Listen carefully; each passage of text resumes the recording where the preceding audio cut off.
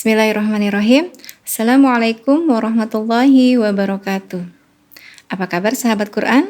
Semoga kita selalu dalam lindungan Allah Subhanahu wa Ta'ala dan senantiasa mendapatkan hidayahnya.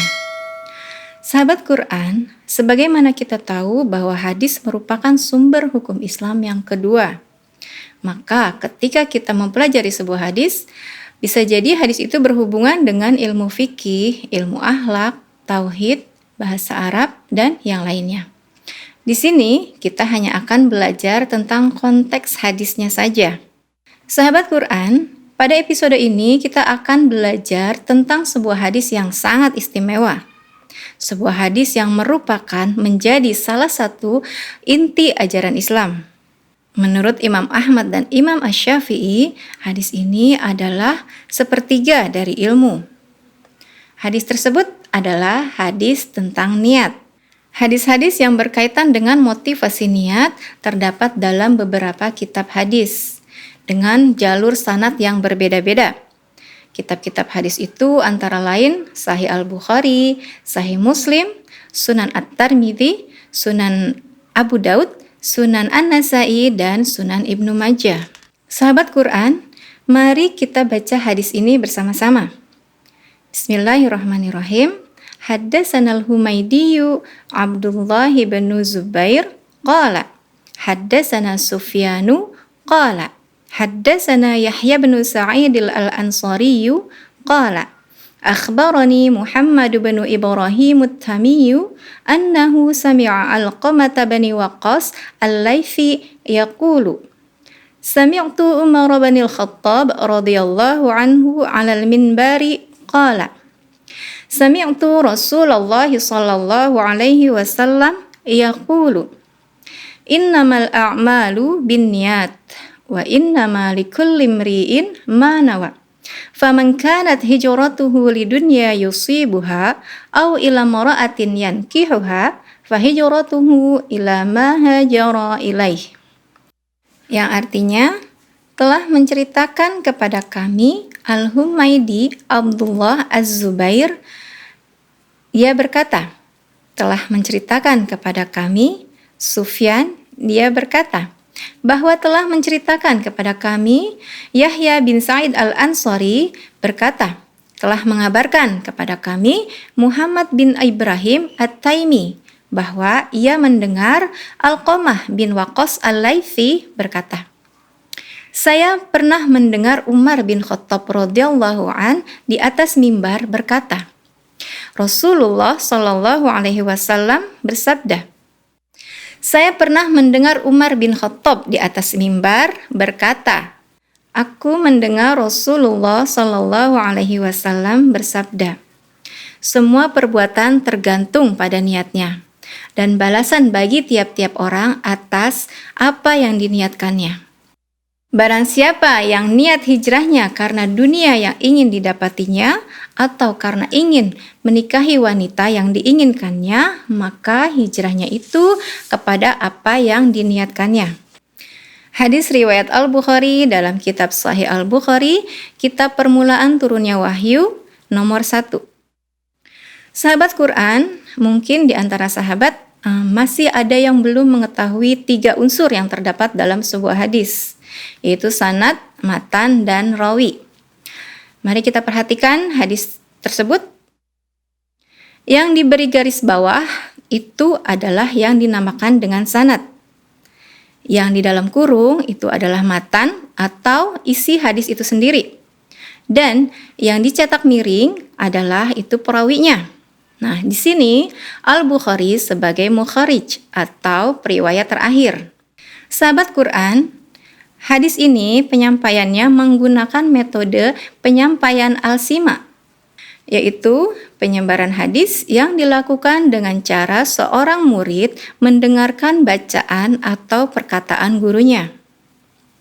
Di antaranya karena terdapat kata haddatsana yang artinya seseorang telah bercerita, akhbaroni yang artinya seseorang telah mengabarkan kepadaku, sami'tu aku mendengar, qala yang artinya berkata, dan an yang artinya dari.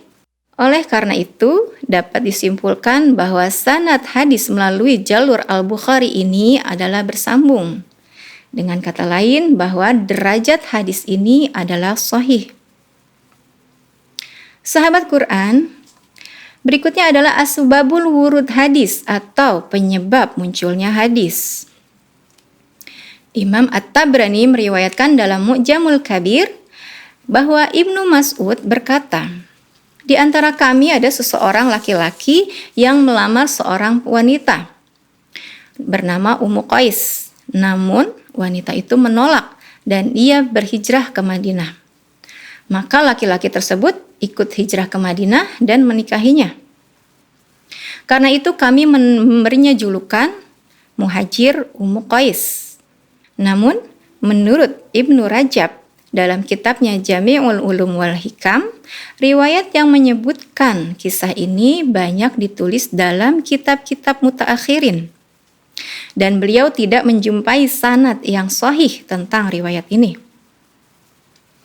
Sahabat Quran, walaupun asbabul wurud hadis ini tentang seorang laki-laki tersebut, namun nilai hukum yang terkandung di dalamnya berlaku bagi manusia lain secara umum.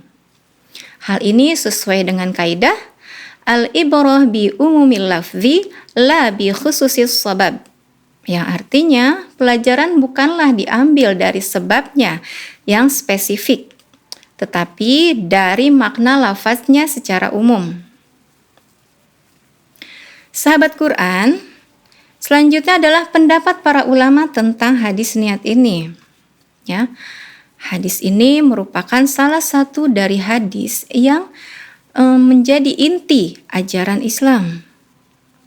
Imam Ahmad dan Imam Asy-Syafi'i berkata, dalam hadis ini mencakup sepertiga ilmu. Sebabnya adalah perbuatan terdiri dari hati, lisan, dan anggota badan. Sedangkan niat merupakan salah satu dari ketiga unsur tersebut. Diriwayatkan dari Imam Asy-Syafi'i bahwa beliau berkata, hadis ini mencakup 70 bab fikih. Ulama lain mengatakan hadis ini seperempat Islam.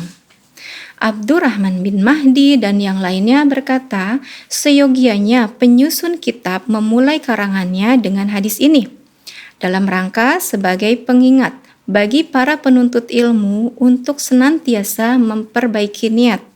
Hadis ini dijadikan oleh para ulama sebagai parameter untuk membedakan status hukum amal seseorang antara adat dan ibadah yang satu dengan yang lainnya. Hadis ini juga menegaskan betapa pentingnya ikhlasun niyah, sebab keikhlasan merupakan syarat diterimanya amal sebagaimana yang telah kita ketahui.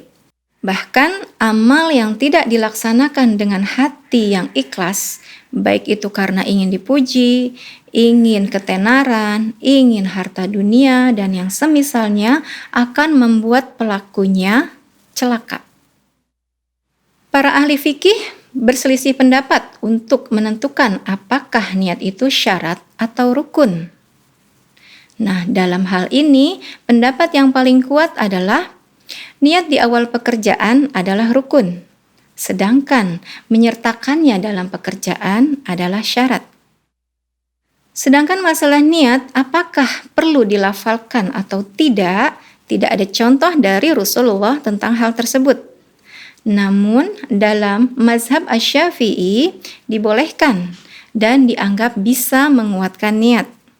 Sahabat Quran, dari hadis ini kita dapat ambil pelajaran bahwa satu, niat adalah menyengaja. Maksudnya menyengaja melakukan sesuatu. Niat juga bisa diartikan keinginan atau kehendak hati. Kedua, niat tempatnya di dalam hati merupakan syarat layak diterima atau tidaknya suatu amal. Dan amal ibadah tidak menghasilkan pahala jika tidak berdasarkan niat karena Allah Ta'ala. Yang ketiga, niat dilakukan pada awal ibadah, tempatnya di dalam hati, ikhlas karena Allah Ta'ala. Setiap perbuatan yang bermanfaat boleh diiringi dengan niat untuk mencari keridhaan Allah. Maka perbuatan itu akan bernilai ibadah. Yang membedakan antara adat dan ibadah adalah niatnya. Yang keempat, hadis ini menunjukkan bahwa niat merupakan bagian dari iman, karena niat pekerjaan hati, dan iman adalah membenarkan dalam hati, diucapkan dengan lisan, dan diamalkan dengan perbuatan. Sahabat Quran, demikian yang dapat saya sampaikan pada episode kali ini. Sebelum diakhiri, saya akan merangkum apa yang kita pelajari. Pertama, hadis tentang niat merupakan salah satu hadis yang menjadi inti ajaran Islam. Yang kedua, hadis tentang niat terdapat dalam 6 kitab hadis yang memiliki lafaz dan sanad yang berbeda-beda. Namun secara substansi maksudnya adalah sama. Yang ketiga, ibadah dan adat atau kebiasaan dibedakan karena niatnya. Dan yang keempat, segala hal bernilai ibadah jika dilakukan dengan ikhlas karena Allah Ta'ala. Semoga bermanfaat. Sekian dari saya. Billahi taufik wal hidayah. Wassalamualaikum warahmatullahi wabarakatuh. Ila liqa.